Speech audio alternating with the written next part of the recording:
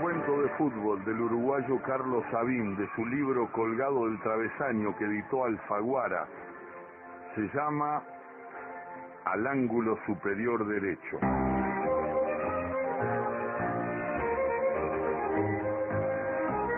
Volvimos a casa explorando el ambiente desde lejos.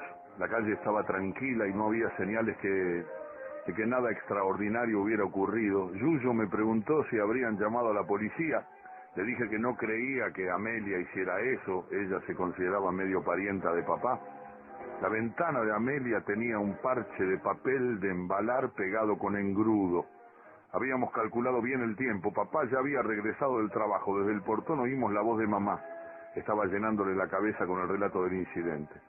Cerramos el portón con cuidado para que no chirriara y nos demoramos escuchando. Mamá, como siempre, hablaba a los gritos. No se oía papá, pero era fácil imaginarlo sentado en el comedor mirándola con sus ojos mansos mientras escuchaba la perorata. De vez en cuando levantaría la mano y le haría señas de que hablara más despacio o más bajo. Entramos con aire despreocupado y cara de inocentes, aunque supongo que no se les escaparía la lucecita de alerta en nuestros ojos, que nunca aprendimos a disimular. Mamá, sujetándose la garganta con su mano derecha, se detuvo para tomar aire y preguntó: ¿se puede saber dónde se habían metido? Una nota histérica vibró en aquel dónde y mordió nuestros oídos. Fuimos a visitar al Tata, contesté con naturalidad y la miré a los ojos. Nos convidó con candeal, agregó Yuyo, y le puso vino garnacha. Después le ayudamos a acomodar la leña. Papá sonrió apaciblemente mientras mamá tomaba carrera para una nueva andanada. Ustedes saben perfectamente el disparate que hicieron. No vengan a hacerse ahora los angelitos. ¿Cuántas veces les dije? ¿Cuántas veces que tuvieran cuidado? Me van a matar con los disgustos. Y girando hacia el viejo, agregó: Juan Pedro, deciles algo. No puede ser que te quedes así. ¡Qué barbaridad! Ahora de regreso sobre nosotros. Ustedes no tienen arreglo. Y encima, armar este lío con una parienta de su padre. No es parienta. Mis ojos espantados se clavaron en la cara de mi hermano.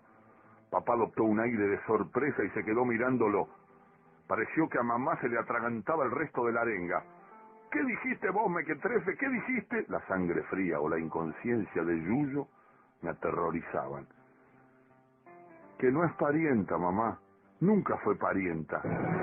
Estuvo de novia con un primo segundo de papá que la dejó plantada porque era una pesada y una metida. ¿De dónde sacaste eso? Me lo contó la tía Cuca, mía Mario. ¿Te das cuenta, Juan Pedro? ¿Cuántas veces te lo he dicho? La loca de la Cuca siempre contando disparates a los chiquilines. Hay que hacer algo con esa mujer. ¿A dónde vamos a ir a parar? No te quedes ahí callado, ¿no te das cuenta? La intuición de Yuyo había sido exacta. Sus resultados inmediatos. La atención de mamá cambió de objeto. Ahora era la tía Cuca, un blanco antiguo y predilecto de sus broncas. Salimos por un momento del foco y eso verdaderamente fue un alivio. Se abrió un espacio para la intervención conciliadora del viejo. La tía Cuca era uno de los personajes más admirados de nuestra niñez. Hermana de la abuela Pía, se había quedado soltera y sin duda estaba medio chiflada, pero en el fondo era un espíritu libre que se reía de la pacatería familiar. Tenía una imaginación inagotable. Nos contaba unos cuentos delirantes y magníficos y sobre todo disfrutaba revelando a sus sobrinos nietos todos los secretos de los mayores. Los que aparecían en las conversaciones en voz baja, en código, aderezadas con gestos de inteligencia, alusiones incomprensibles, frases como ¿sabés de quién te hablo, no? O la amiga del señor del gorro, o el que tuvo el lío con aquella señora tan importante, ¿me entendés? Nosotros nos habíamos acostumbrado a no preguntar. Al principio, a no preguntar nada.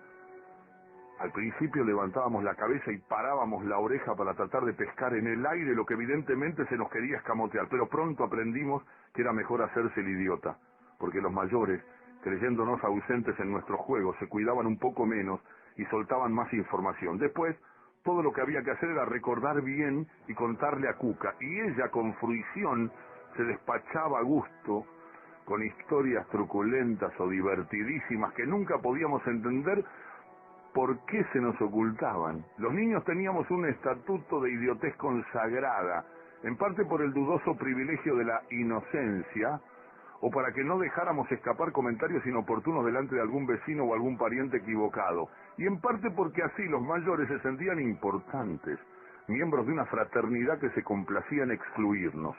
Cuca había inventado un personaje maravilloso, Policarpo. Era un niño, como nosotros, que tenía la propiedad de perpetrar en sus aventuras desaguisados e infracciones a las reglas que imponían los mayores, muy parecidos a nuestras propias obras y andanzas, bien que salpimentados por el humor irónico de la tía abuela, enriquecidos con los insumos de su extraordinaria imaginación y siempre resueltos en beneficio de su autor, nuestro ídolo y redentor.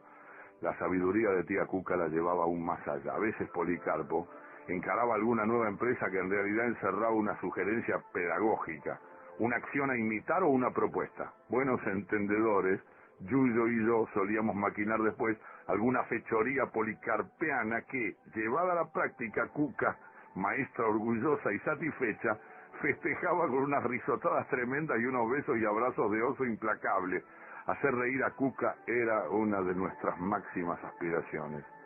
Así había concebido la idea por la que ahora me disponía a pagar. Felipe, que entonces tenía 5 o 6 años, Yuyo, Janito, un vecino de la misma edad que Yuyo, y yo jugábamos a la escondida durante las difíciles siestas del verano, en que no estaba autorizado el fútbol que perturbaba el descanso de los vecinos. Janito era medio pasmado, según la tía Cuca, y nuestra víctima universal. La verdad es que le hacíamos trampa en todo, y él se aguantaba, o no se daba cuenta, nunca lo sabremos. Esa tarde lo teníamos a maltraer. Hacía un buen rato que la quedaba él, y solo él. Habíamos inventado reglas y triquiñuelas que el pobre Janito no comprendía muy bien, pero cuyo resultado inevitable era que siempre le tocaba el papel más triste, salir a buscar a los escondidos, y a nosotros el más divertido, escondernos, y sobre todo burlarlo una y otra vez. Janito, bobeta y todo, había empezado a cansarse y a protestar. En una nueva ronda volvimos a embromarlo. Otra vez regresaba vencido al poste de pica, cuando desde atrás de las cortinas que se suponían protegían su siesta sagrada, oíamos la voz estridente de la vieja Amelia. «No juegues más, Janito, ¿no ves que te hacen trampa?» Allí se terminó la diversión. Respaldada por la opinión de un mayor que confirmaba sus sospechas, nuestra víctima se negó a seguir jugando. Tuvimos que volver a casa mirando con odio la ventana de la delatora. Tenía razón la tía Cuca. Amelia era una pesada y, lo que era peor, una metida. Por culpa de ella no nos dejaban jugar al fútbol a la hora de la siesta, y ahora venía a malograrnos la única diversión que nos quedaba, vieja podrida. Tirado en la cama releyendo por enésima vez una revista de Hopalong Cassidy, empecé a pergeñar la venganza. Hubo que esperar más de una semana. El 11 de enero, el cumpleaños de Janito, y esa mañana apareció con una pelota nueva. Salimos a probarla, estaba buena, bien inflada y reluciente, el cuero abundantemente engrasado olía a nuevo. Janito la picaba en las baldosas de la vereda y no nos permitía bajar a la calle para que no se llenara de tierra. Armamos un monito, con Yuyo nos entendíamos a la perfección. Al rato el mono era para siempre nuestro vecino, no se la dejábamos tocar. Le tocábamos la pelota por los costados. Lo salvó misma su madre, llamándolo a almorzar, pero yo ya había encontrado la herramienta adecuada para ejecutar mi plan. A las 4 de la tarde terminaba oficialmente la siesta y podíamos jugar al fútbol en la calle. Janito apareció con la pelota nueva e impusimos nuestras condiciones. Si quería jugar, tenía que ser donde siempre. Era cuestión de ponerse a pelotear un rato y ya irían apareciendo los otros jugadores. El grandote Bastor, los mellizos Vinca, la chancha Vicente y algún otro que pasara por ahí o se viniera traído por el picado. Entre tanto, haríamos jueguito. Fui arrimando poco a poco a lo de la vieja Amelia. Yuyo se dio cuenta, me conocía de sobra. Me tiró algún pase largo para facilitarme el trabajo. Al fin quedé parado frente a la ventana. Devolví varios pases tocando suave o haciendo un taquito. Yuyo la levantó y se la tiró a Janito al pecho. No la supo bajar, era un tronco. Y la pelota volvió a los pies de mi hermano, que me miró a los ojos y me gritó: «Va un centro, Mario», y tiró un centro perfecto. Y sabiendo que iba a pasar, empezó a correr en la misma dirección que la pelota. Yo la vi venir perfecta, a la altura adecuada, y cuando llegó a mí salté. Giré la cabeza un cuarto de vuelta, como había visto hacer al Mingo en cancha de la Federación, y la golpeé con el parietal. La ventana de Amelia estaba dividida en 4 por una cruz de madera. La pelota entró exacto, como una exhalación por el cuadrado de más arriba del lado derecho. El ruido de los vidrios quebrados estranguló mi grito victorioso. ¡Gol! ¡Golazo! Salí corriendo a toda velocidad detrás de Yuyo, que ya me llevaba como media cuadra de ventaja. Cuando nos juzgamos a salvo, miramos para atrás. Janito estaba petrificado en medio de la calle, creo que había empezado a llorar. Amelia, los gritos en la puerta, todavía no había entendido bien lo sucedido y no nos vio. Seguimos corriendo hasta llegar al borde del pueblo y en la avenida de Hormigón doblamos hacia el chalet del Tata. El abuelo estaba atareado en el jardín y nos vio recién cuando franqueamos el portón de hierro. Su cara se iluminó con aquella sonrisa que me hacía sentir tan bien. Y mientras levantaba un poco su legendario sombrero de paja y se secaba la frente con el antebrazo, nos saludó. ¡Qué sorpresa, mis amigos! Vienen a visitar al Tata. Salimos a dar una vuelta, abuelo. Mamá estaba renegando y pensamos que mejor... El viejo frunció la boca y movió la cabeza en un gesto de incredulidad. Siempre igual, alcancé a oír que murmuraba. Siempre la misma. Nos miró complacido. ¿Tomaron la leche? Yuyo me ganó de mano. No, todavía no. ¿Qué les parece un candial? ¿Vamos a prepararlo? Entramos a la cocina, nos sentamos en las sillas de totora. Mientras el abuelo preparaba los candiales, adentro estaba fresco y una penumbra parecía ponernos al abrigo de todo mal. El abuelo batió las yemas, agregó la cantidad justa de azúcar y después, sonriendo con picardía, se dirigió al armario verde. Che, ¿le ponemos un poco de vino garnacha? Los candiales del Tata eran fenomenales. Con el agregado del vino aromático lograba un toque mágico que los hacía inimitables. Los devoramos bajo su mirada de aprobación y después regresamos al jardín. Por el momento estábamos a salvo. El ataque a Cuca llevó unos minutos, pero llegó a su fin. Papá ya había hablado tratando de apaciguar a mamá. Todos sabíamos que era inútil. Los primeros 3 o 4 intentos siempre fallaban. Al final, papá lo lograba, pero llevaba su tiempo. Entre tanto, Yuyo y yo calculábamos la penitencia y más secretamente el regocijo de Cuca. Yuyo me miraba expectante. Yo era el mayor y además el autor directo de la barrabasada. Me correspondía asumir la defensa. Había que esperar el momento. Ya sabía que cuando amainara el chaparrón, papá iba a hacer preguntas y venía la hora de los alegatos. Mamá seguía con la cantilena. Ahora el tema era el gasto. Había que pagarle el vidrio a Amelia, más lo que cobraba el vidriero, sin contar con la vergüenza y la humillación que había soportado. Amelia había cruzado la calle a los gritos.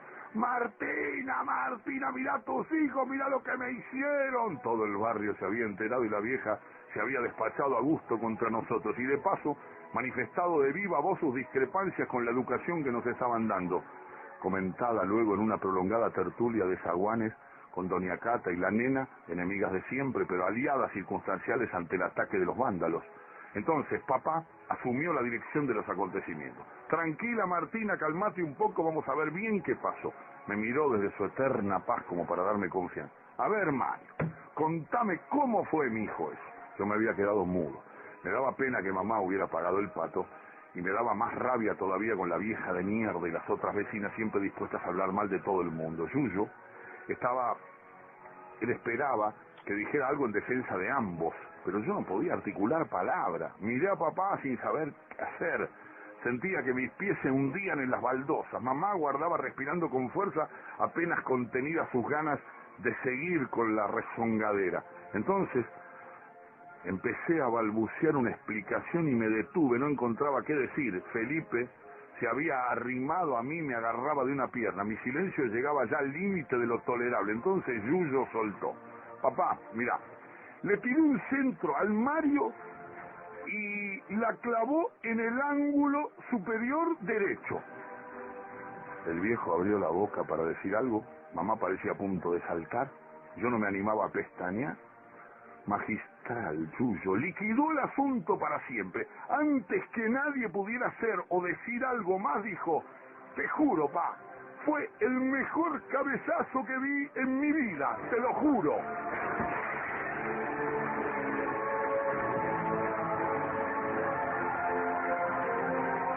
Este cuento pertenece a Carlos Sabín, editado por Alfaguara. El libro de cuentos de fútbol se llama Colgado del Travesaño. Avín es el embajador uruguayo en Italia.